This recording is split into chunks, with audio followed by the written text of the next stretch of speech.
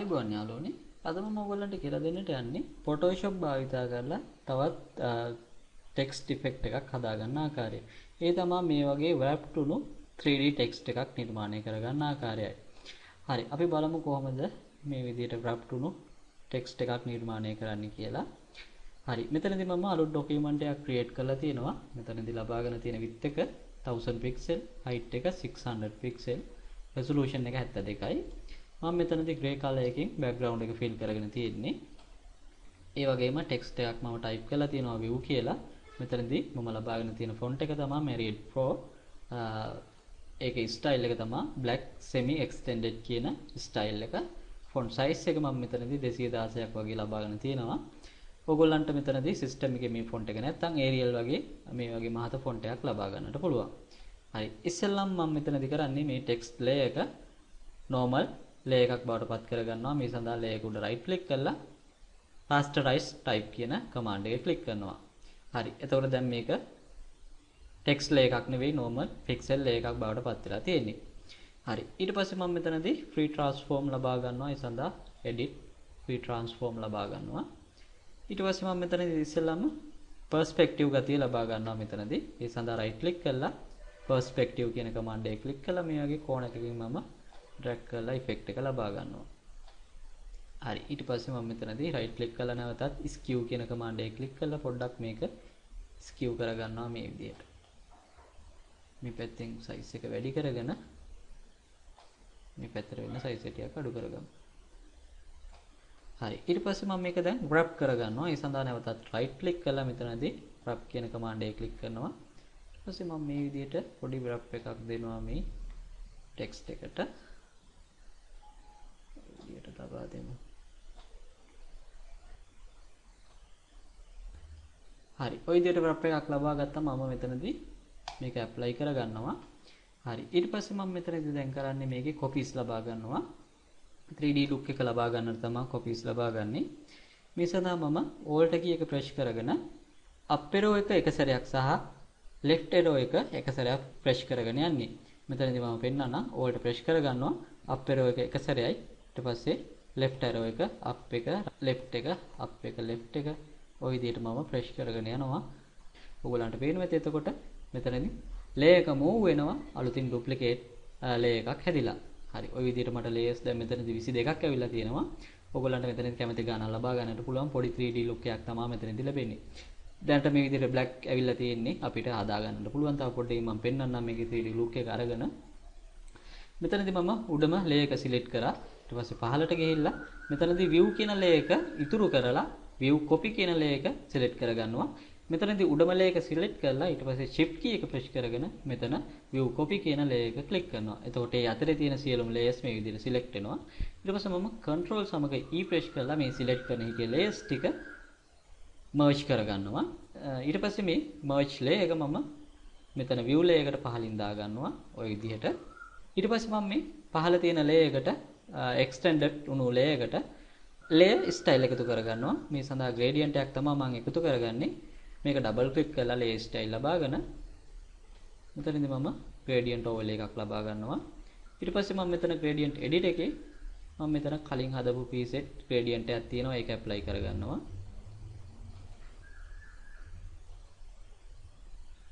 මේ gradient එක ලබා ගන්නේ මෙතනදී color එක අපි බලුවොත් එහෙම මෙතන color stop එකේ color එක FF6600. ඊට පස්සේ මෙතන color එකත් same color එක. ඊට පස්සේ මැදට මම පොඩ්ඩක් මීට වඩා dark color එකක් ලබාගෙන තියෙනවා 813007 කියන color එක. okay click කරලා අපි මේ gradient එක ලබා ගන්නවා. හරි, ඊට පස්සේ මෙතනත් okay click කරලා layer style ටික apply කරගෙන මේ උඩ layer එකටත් අපි gradient එකක් ලබා ගමු. නැවතත් උඩ layer එකේ double click කරලා layer style ලබා ගන්නවා. ඊට පස්සේ නැවතත් gradient overlay ගිහිල්ලා මෙතන gradient edit එකේ නැවතත් මම custom gradient එකක් මෙතන හදාගෙන තිනවා, ඒක ලබා ගන්නවා.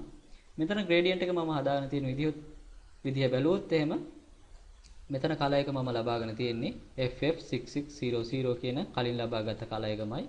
මෙතනත් ඒ color එකට පොඩ්ඩක් light color එකක් FF9900 color එක. ඊට පස්සේ මෙතන ටිකක් orange වැඩි වුණු color එකක් FF6600. ඊට පස්සේ මෙතන ටිකක් yellow color එකක් ලබාගෙන තියෙන්නේ මේ විදිහට FFCC00 කියන color එක. ඊට පස්සේ මම මෙතන මේකේ end point එක මේ විදිහට මෙතෙටම ලං කරගෙන තියෙනවා. හරි. okay click කළා මම මේ layer style එක apply කරගන්නවා. ඊට පස්සේ මම මෙතනත් okay click කළා මේ layer style එක apply කරගන්නවා. ඔය විදිහට එතකොට දැන් ඔයගලන්ට පේනවා ඇති අපි ආයෙත් ඉස්සෙල්ලා move කරගත්ත layers ටික merge කරාම මේ විදිහට 3D look එක ඇවිල්ලා තියෙන්නේ.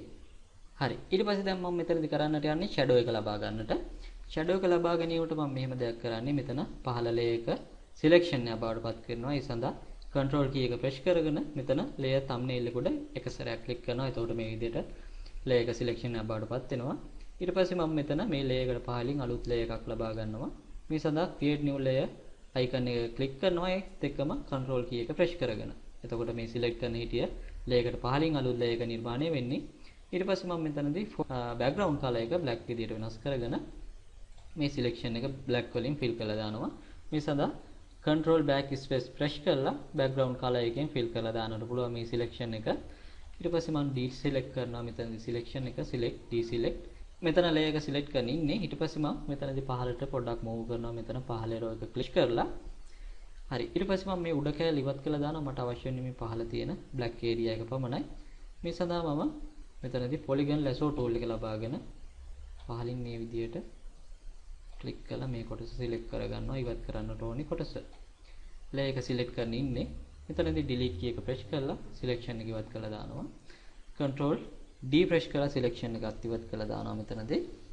ඊට පස්සේ මම මේ shadow layer එක smart object එකක් බවට පත් කරනවා. මේ සඳහා layer 1 එක right click කරලා convert to smart object ලබා ගන්නවා. ඊට පස්සේ move tool එක ලබාගෙන මම මෙතනදී මේ smart object එකට මේ shadow layer එකට blur එකක් ලබා දෙනවා. මේ සඳහා filter blur මෙතනදී Gaussian blur ලබා ගන්නවා. Gaussian blur එකේ මම radius එක 4.4ක් ලබා ගන්නවා. okay click කළා මම ඒක apply කරගෙන මෙතනදී opacity එක අපිට වැඩි නම් චුට්ටක් විතර අඩු කරගන්නත් පුළුවන් ඔය විදිහට. ඒ වගේම අපිට අවශ්‍ය විදිහට මෙතනදී move කරන්නටත් පුළුවන් උඩට හෝ පහළට. හරි ඔය විදිහට හදාගත්තා. හරි ඊට පස්සේ මම දැන් මෙතනදී ඊළඟට හදන්නට යන්නේ මේ view කියන text එකේ reflection එක. හරි මේක අපිට කරගන්නට පුළුවන් මේ විදිහට. මෙතනදී මම මේ view කියන layers දෙකම select කරනවා. ඊට පස්සේ right click කරලා duplicate layers ගන්නවා. ඊට පස්සේ මෙතනදී document untitled 1 okay. හරි ඊට පස්සේ duplicate එක ඇවිල්ලා තියෙන්නේ මම මේ දෙකම merge කරගන්නවා. මේ සඳහා control E press කරලා merge කරගන්නට පුළුවන්. ඊට පස්සේ මේ merge layer එක මම මේ විදිහට පහළටම ලබා ගන්නවා. ඊට පස්සේ මම කරන්නේ මෙතනදී මේක flip කරගන්නවා අනිත් පැත්තට. ඒ සඳහා edit free transform ලබාගෙන right click කරලා flip vertical කියන command එක ලබා ගන්නවා. ඊට පස්සේ මම මේ විදිහට move කරනවා පහළට. ඊට පස්සේ මම මේ W අකුර මෙතෙට place වෙන විදිහට මේක rotate කරගන්නවා. rotate කරගෙන මේ විදිහට අවශ්‍ය විදිහට අපිට හදා ගන්නට පුළුවන් move කර කර විදිහට පහළට තව ටිකක් move කරනවා. right enter කරලා මම commit කරගන්නවා ඒ වෙනස්කම. ඊට පස්සේ මම මෙතනදී මේ reflection layer එක මෙතනදී සම්පූර්ණයෙන් ඇවිල්ලා තියෙනවානේ. මම මෙතනදී mask එකක් භාවිතා කරලා මේක වෙනස්කම් සිදු කරගන්නවා. ඊට කලින් මම මෙතනදී මේ view copy reflection layer එක smart object එකක් බවට පත් කරනවා. මේ සඳහා right click කරලා convert to smart object ලබා ගන්නවා. ඊට පස්සේ මම මේකට තව blur එකක් ලබා දෙනවා. මෙතනදී මම ලබා දෙන්නේ motion blur එකක්. මේ layer එක select කරගෙන ඉන්නේ. filter ගියා blur මෙතනදී motion blur ලබා ගන්නවා. හරි motion blur එකේ මම angle එක 90යි ලබාගෙන තියෙන්නේ. distance එක මම මෙතනදී 44ක් විදිහට ලබා ගන්නෙ. okay click කරලා මම apply කරගන්නවා ඒ වෙනස්කම්. හරි දැන් මම ඊට පස්සේ මේකට කරන්න යන්නේ mask එකක් භාවිතා කළා මේ අනවශ්‍ය කොටස් ඉවත් කරලා දාන්නට. නැවතත් මම මෙතනදී lasso tool එක ලබාගෙන ওই විදිහට selection එකක් දා ගන්නවා. මේක පහලින් selection එක එන්නට ඕනේ. ওই විදිහට පහලින් මම selection එක දා ගන්නවා. හරි ඊට පස්සේ මම මේක මේ selection එක further එකක් දීලා මේක smooth කරගන්නවා. මේ සඳහා select ගියා modify further ලබා ගන්නවා. further අගේ මම මෙතනදී 50ක් වගේ ලබා ගන්නවා. okay click කරලා apply කරගන්නවා.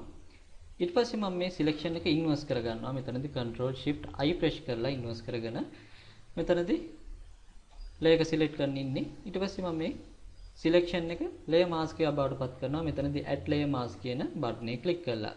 ওই විදිහට මට දැන් mask එකක් ඇවිල්ලා තියෙන්නේ. move tool එක ලබාගෙන මම මේක පොඩ්ඩක් පහළට කරලා adjust කරගන්නවා. ඒ වගේම මෙතනදී opacity එකත් ටිකක් අඩු කරගන්නවා ඔය විදිහට.